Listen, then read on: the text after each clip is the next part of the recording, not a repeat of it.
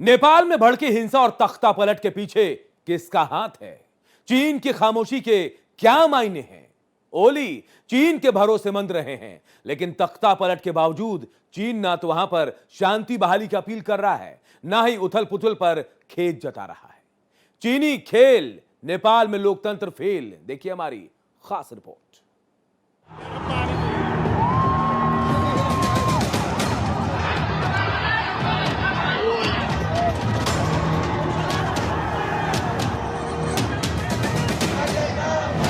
घोटाला बैन मनमानी से भड़की आग।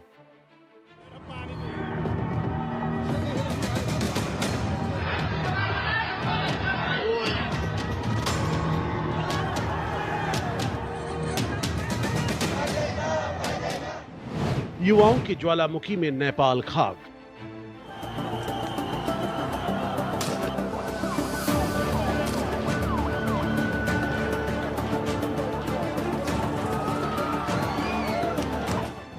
ओली के पतन पर खामोश चीन।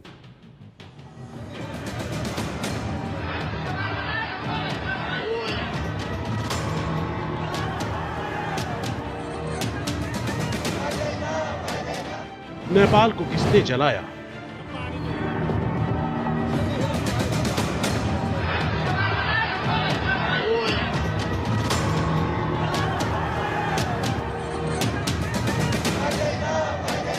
नेपाल में भड़की आग को किसने हवा दी?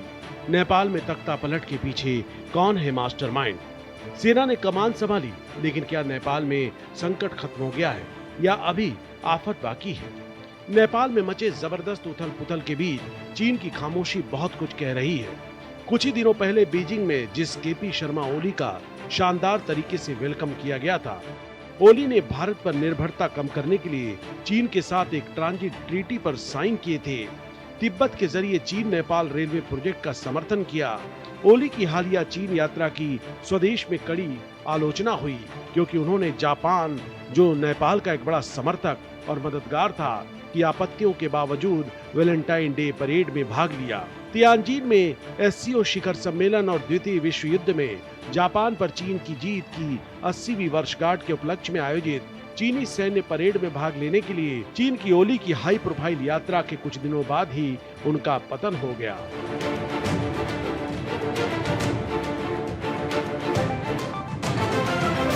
ओली बांग्लादेश की पूर्व प्रधानमंत्री शेख हसीना के बाद किसी दक्षिण एशियाई देश के दूसरे ऐसे नेता हैं जिन्हें चीन यात्रा के बाद हुए दंगों के बीच इस्तीफा देने को मजबूर होना पड़ा।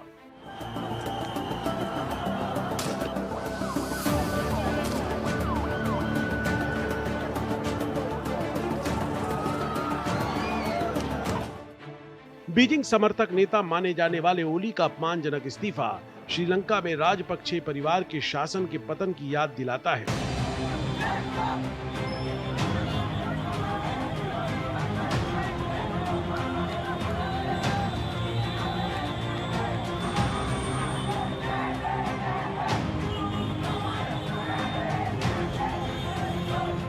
राजपक्षे ने belt and road initiative BRI के तहत भारी चीनी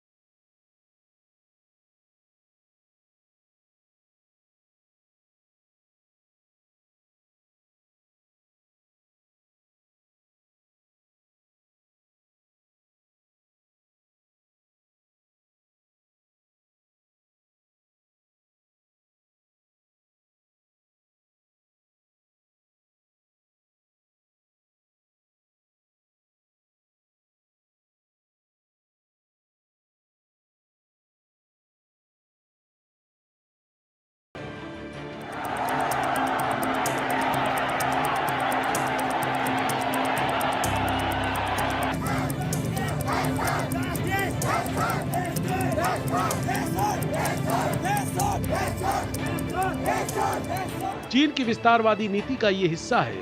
पहले वो किसी भी देश के साथ दोस्ती का हाथ बढ़ाता है और फिर वहां पर राजनीति का स्थिरता पैदा करके अपने हित को साधने की कोशिश करता है।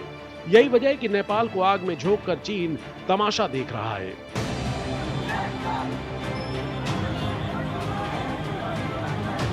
8 सितंबर से शुरू हुए जेनजी के विरोध प्रदर्शन पर चीन की तरफ से कोई भी आधिकारिक प्रतिक्रिया नहीं आई। ओली ने बड़े पैमाने पर सरकार विरोधी प्रदर्शनों के बीच पीएम पद से इस्तीफा दे दिया। प्रदर्शनकारियों ने कई प्रमुख नेताओं के निजी आवासों, राजनीतिक दलों के मुख्यालयों पर हमला किया और संसद में भी तोड़फोड़ की।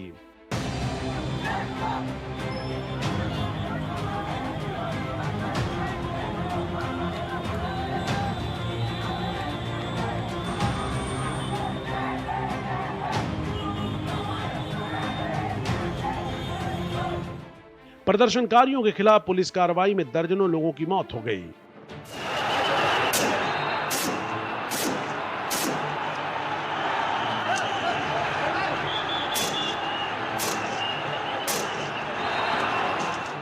घोटाले की चिंगारी से भड़की आग।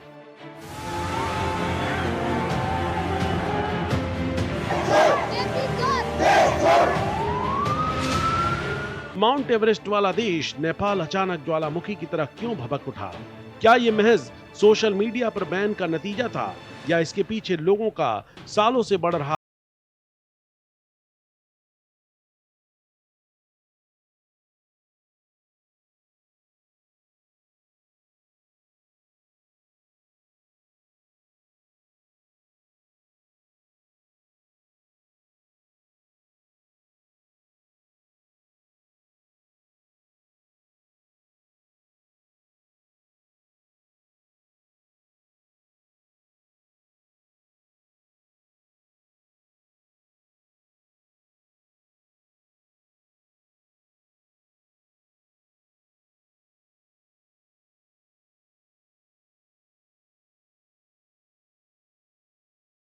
कानून गिरी बंधु स्टेट को फायदा पहुंचाने के लिए बनाया गया था। इस घोटाले में 51 बीघा जमीन का गैर कानूनी तरीके से लेन देन हुआ। करीब 55,000 करोड़ का घोटाला हुआ। 2024 में नेपाल के सुप्रीम कोर्ट ने ओली सरकार के इस कानून को रद्द कर दिया था। ओरिएंटल कोऑपरेटिव स्कीम नेपाल का सबसे बड़ा घोटाला है। इस संस्था पर करीब 87 अरब रुपए की राशि गमन करने का आरोप है। ये मामला नेपाल की संसद और सड़कों दोनों पर